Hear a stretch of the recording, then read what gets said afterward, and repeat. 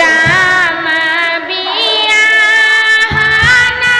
चले राजा दशरथ छाती सब जना बजाई बीच महलिया मना चैप तुरिया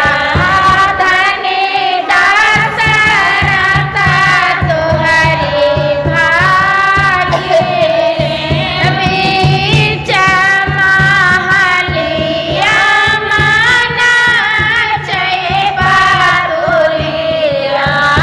धनी दशरथ तुहरी भागी रे जाई बरतिया जनकपुर पहुँचे गलिया नायर जमिया रे राम लखन दुनऊ पूछन लागे कवन